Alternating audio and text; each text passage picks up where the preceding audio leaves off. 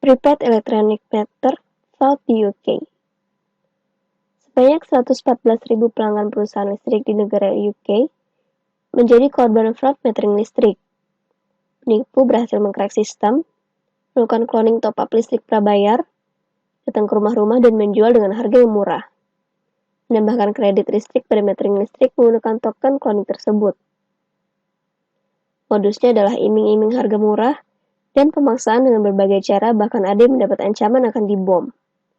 Fraud ini dapat dideteksi pada audit beberapa waktu kemudian ketika para penipu telah jauh pergi.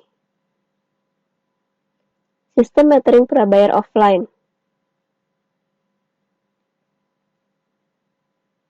Saat user menginputkan ID metering sistem dan jumlah yang akan dibayarkan, sistem akan mengenerate angka yang merupakan enkripsi dari ID metering dan jumlah yang dibayarkan ditambah dengan angka random.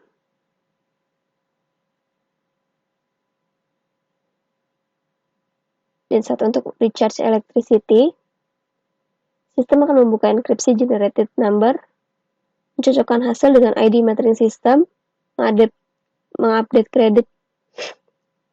kredit metering sesuai dengan jumlah yang dibayarkan, dan mengurangi kredit metering secara langsung setiap kali pemakaian. Sistem metering prabayar online atau smart metering. Untuk top up, user hanya perlu mengisi kredit listrik.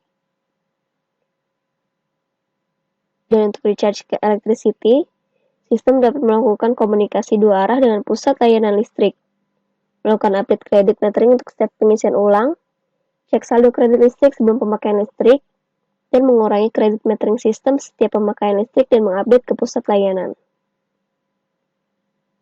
Beberapa tipe solusi prepaid payment. Ada koin, metal token, USB token atau PIN, barcode, memory card, smart card, dan mobile phone. Tipe solusi prepaid payment yang dapat menggunakan offline dan online adalah mobile phone. Serangan terhadap sistem prabayar metering listrik offline, tingkat kerawanannya adalah low-medium. Penyerang dapat membuat terminal palsu dengan cara menirukan protokol pembelian voucher, mendapatkan token otentik, dan menjual voucher secara tidak sah. Penyedia layanan dapat cukup cepat mendeteksi adanya fraudster ini apabila audit atau monitoring konsistensi antara penjualan voucher dengan pemasukan rutin dilakukan. Tingkat ancamannya adalah high. Serangan ini sangat menarik bagi fraudster. Fraudster dapat menjual voucher dengan diskon besar dan meraup keuntungan besar. Dampaknya low-medium. Bagi pelanggan tidak ada, kecuali penyedia layanan mengharuskan pelanggan mengganti layanan yang sudah dibeli. Namun pelanggan dapat menolak dengan argumen bahwa ia membeli voucher yang sah. Bagi penyedia layanan, dapat menghasilkan kerugian yang terbatas mengingat volume transaksi daerah tertentu tidak terlalu tinggi. Solusinya adalah membangun protokol autentikasi dan otorisasi yang kuat di sisi pos klien, dan melakukan audit konsistensi pendapatan penjualan voucher secara reguler.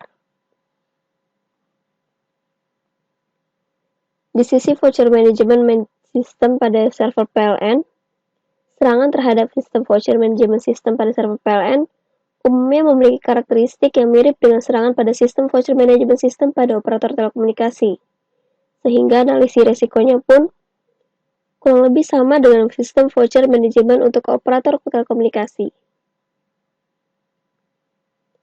Dari sisi terminal, tingkat kerawanannya adalah low-medium. Penyerang dapat membypass sistem enkripsi dalam terminal. Penyerang dapat mengentry ulang voucher lama, dan penyerang dapat menciptakan voucher. Tingkat ancamannya adalah medium-high. Yang menghasilkan keuntungan besar bagi fraudster adalah serangan yang mampu menciptakan voucher otentik secara ilegal. Dampaknya adalah low-medium, menimbulkan kerugian finansial bagi penyedia layanan. Solusinya adalah meningkatkan keamanan sistem pembangkitan kunci dengan berbagai mekanisme pengamanan, di antaranya pengamanan jaringan, akses kontrol, dan autentikasi. Meningkatkan protokol pengamanan untuk pos klien, dan mengaudit konsistensi penjualan voucher secara periodik.